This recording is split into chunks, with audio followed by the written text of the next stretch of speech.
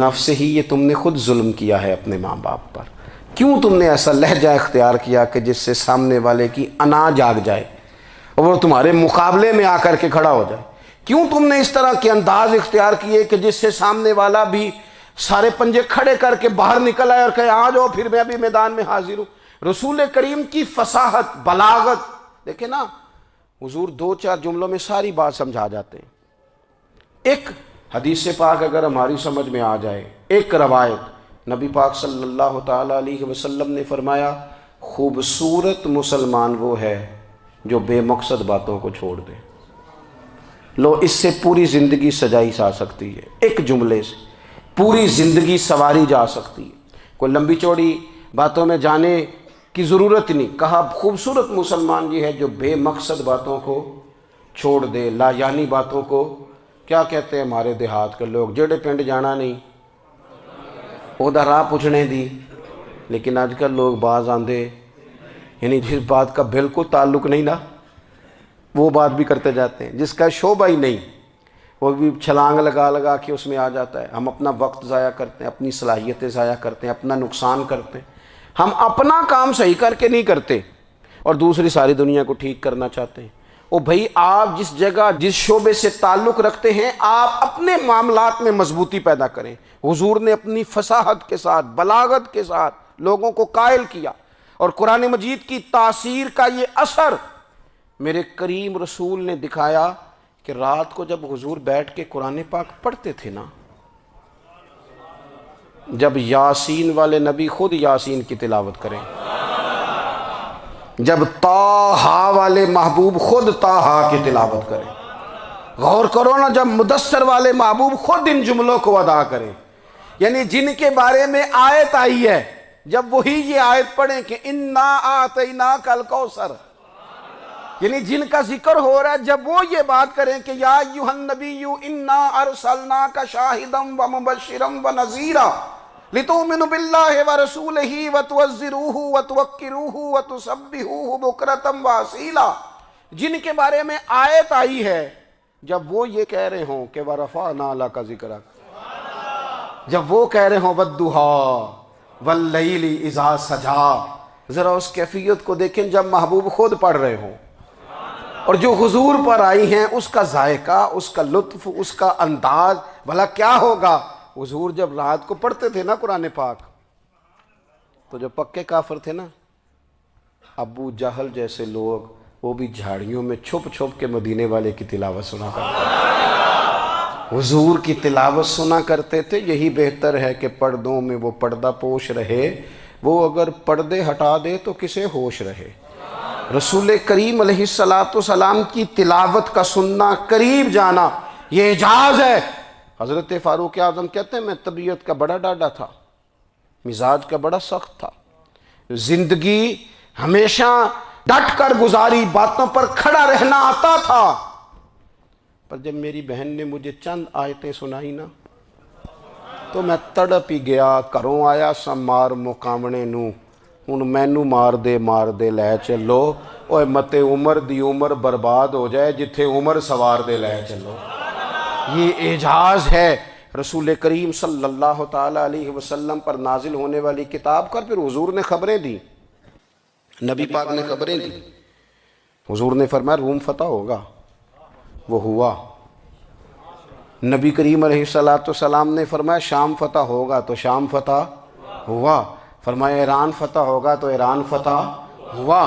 سراقہ بن مالک کہتے ہیں ایک گاؤں پر بھی مسلمانوں کی حکومت نہیں تھی، ایک گاؤں پر۔ حضور مکہ مکرمہ سے نکل رہے تھے، مدینہ طیبہ تشریف لے جا رہے تھے، ابھی راستے میں تھے، میں 100 سرخ اونٹوں کے لالچ میں معاذ اللہ حضور کو گرفتار کرنے پہنچ گیا۔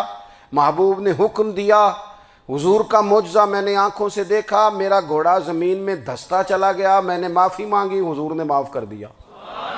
میں نے سمجھا اچانک ہو گیا ہے۔ یہ منوانا بھی بڑا مشکل کام ہے۔ شجر و حجر پہچان گئے، انسان کی نظروں میں شاکی رہا۔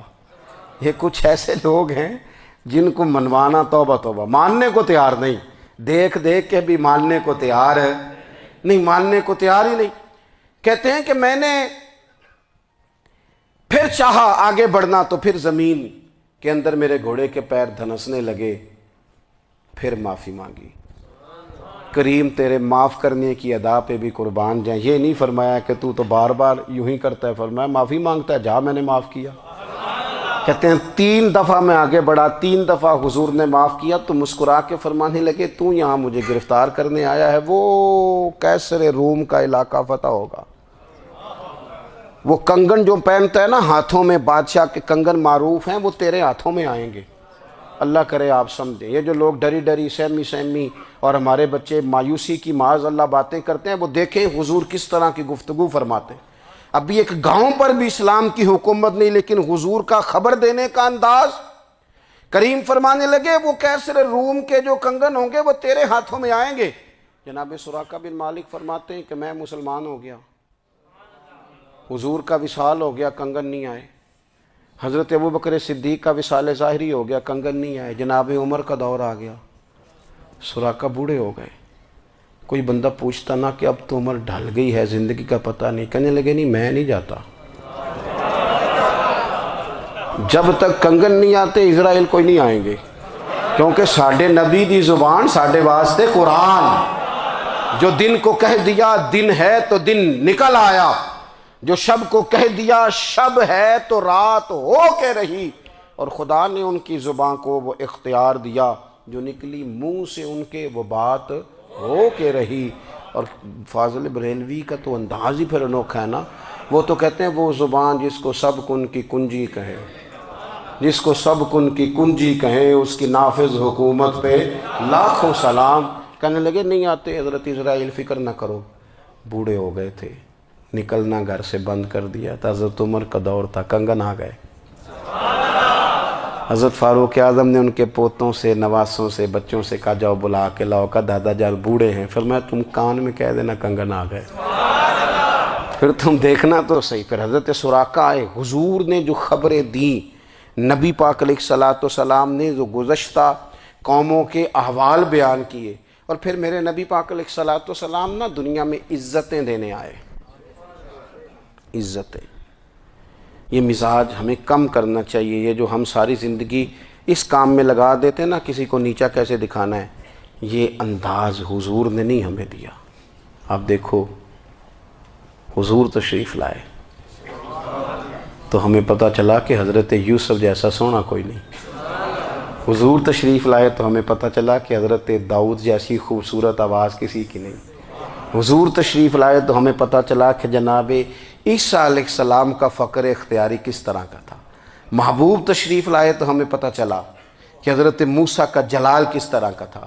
یہ تو حضور آئے تو نبی پاک علیہ السلام نے اس کی بھی عظمت بیان کی، اس کی بھی شان بیان کی۔ حضور نے بتایا کہ ابوبکر صدیق کی شان کیا ہے، فاروق اعظم کا مرتبہ کیا ہے، عثمان غنی کی حیا کیا ہے، مولا علی کی شجاعت کیا ہے، اہل بیت نبوت کی عظمت کیا ہے۔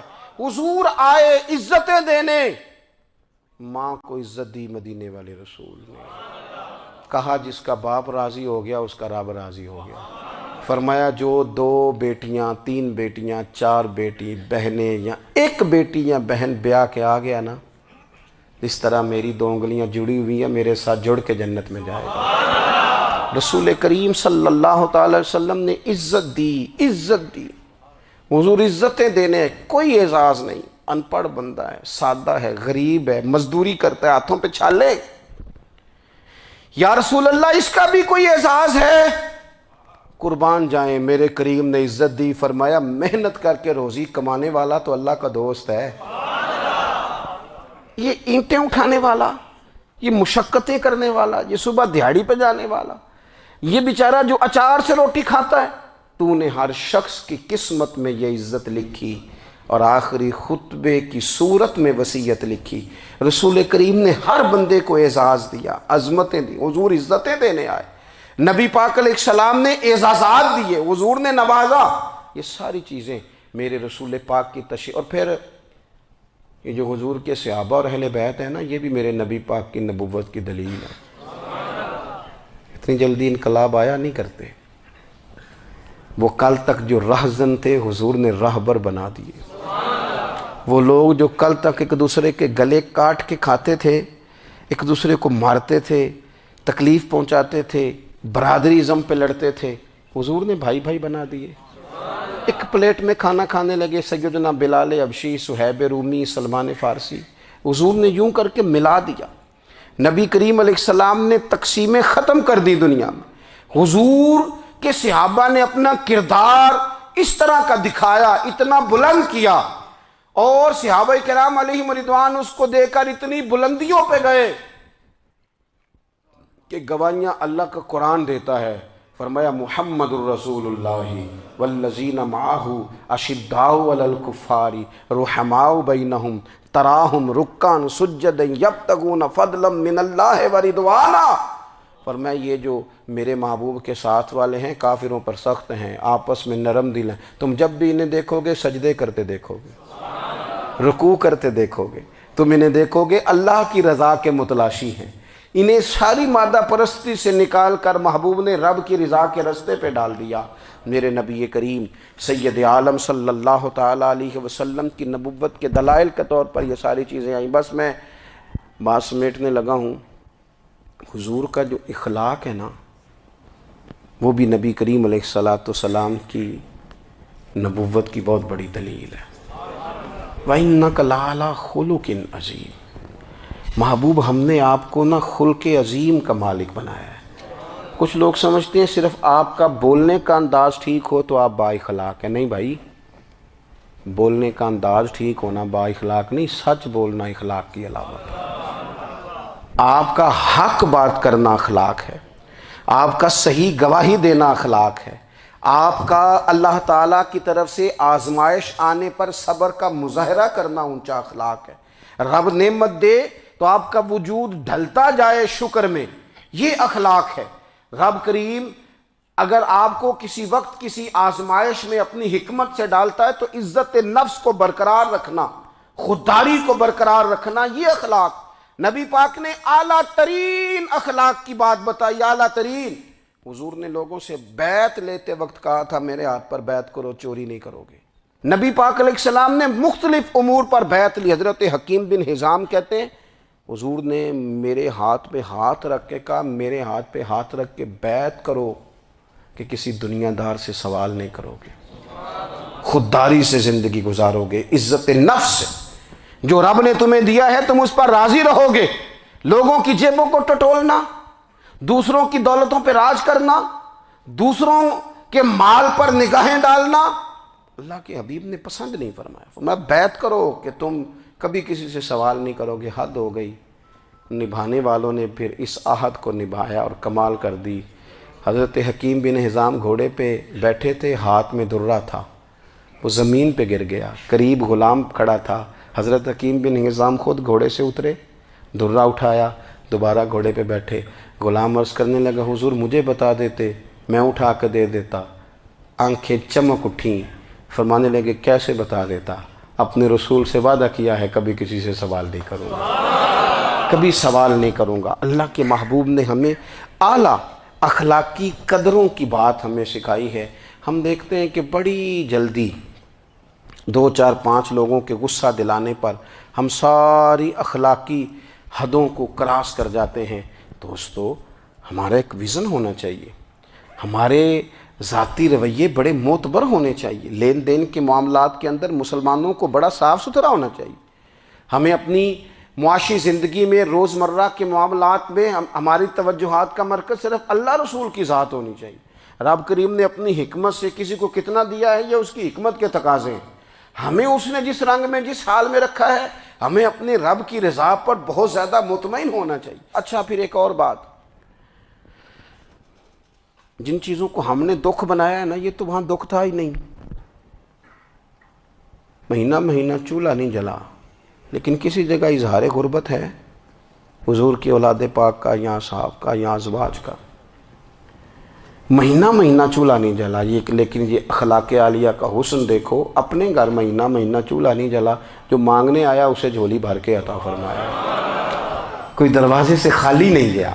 عزیز بھائی اگر زندگی میں اخلاقی قدریں ہم اپنا لیں اور ہم تھوڑا تھوڑا کر کے اپنے آپ کو تبدیل کریں، ساری زندگی توجہ رہی کہ فلاں کیا کر رہا ہے فلاں کیا کر رہا ہے، تھوڑا سا گردن کو جھکا کے اپنے اوپر توجہ ڈالیں، اپنے آپ کو وقت دیں، حضور کے اخلاق عالیہ کی روشنی میں، تعلیمات حسنہ کی روشنی میں ہم اپنے کردار و عمل پر تھوڑی توجہ دیں۔ اس وقت بہت بڑی تعداد میں امت مسلمہ ہے، اور ایسا نہیں ہے کہ دولت نہیں ہے، دولت سے بھی سرشار ہیں۔ ہمارے ہاں بڑے بڑے انجینئر ہیں، بڑے بڑے ڈاکٹر ہیں، لیکچرار ہیں، ہمارے پاس بڑے بڑے ہاسپٹل ہیں، بڑا کچھ ہے، لیکن کردار و عمل کے بادشاہ، اپنی زندگی تقوی کی روشنی میں گزارنے والے، ان لوگوں کی تعداد کم ہے۔ اگر کوئی آج بھی سارے کام نیک کرے لیکن جائیداد میں سے بیٹی کا حق رکھ جائے تو پھر اس نے کیا میلاد منایا ہے؟ اگر آج بھی جو 2-4 لوگ بیچارے اس کے زیر دست ہیں، ملازمین ہیں، ان کے ساتھ اس کا رویہ انتہائی سخت ہو تو اس نے کیا میلاد منایا؟ اگر آج بھی وہ برادری ازم کی بنیاد پر دوستیاں کرے اور چھوٹے بڑے کی وہ تقسیم رکھے، جسے حضور نے فرمایا کہ قبیلے تو تعارف کے لیے، ورنہ کسی عربی کو اجمی پر، گورے کو کالے پر کوئی فضیلت نہیں۔ اگر کوئی آج بھی اس برادری ازم کا قائل ہے پھر اس نے کیا میلاد منایا؟ اگر کوئی شخص آج بھی اپنے آپ کو مادہ پرستی میں پوری طرح دھکیل چکا ہے اور رضا الہی کا مسافر نہیں بنا تو اس نے کیا میلاد منایا؟ اپنی طبیعتوں میں روحانی تبدیلی اور وہ خاص افکار جو حضور اپنے غلاموں میں پیدا فرماتے ہیں، ان افکار کو پیدا کرنا، سوچوں کو بدلنا، سوچوں کو، نظریات کو بدلنا، اپنے روزمرہ کے معاملات کا جائزہ لینا کہ ہم کس طرح آگے بڑھ سکتے ہیں اور کس طرح ہم ایک بہترین امتی اور ایک بہترین مسلمان بن سکتے ہیں، اس پر توجہ دینا، یہ میلاد ہمیں سبق دیتا ہے۔ اللہ تعالیٰ مجھے اور آپ کو عمل کی توفیق عطا فرمائے۔ آخر دعوایا ان الحمدللہ۔ عاشق اتے غسل نواجب انو رحمت آپ نو حبیب آزم کیا اس کفن دی حاجت جد خالق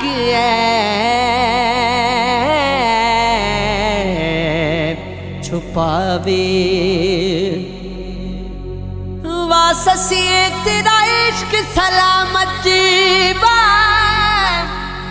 واسسی تیرا عشق سلامتی تینو یاد رکھے گی دنیا ہر بستی ہر محفل اندر تیرا ذکر کرے گی دنیا جد تک روشن چند ستارے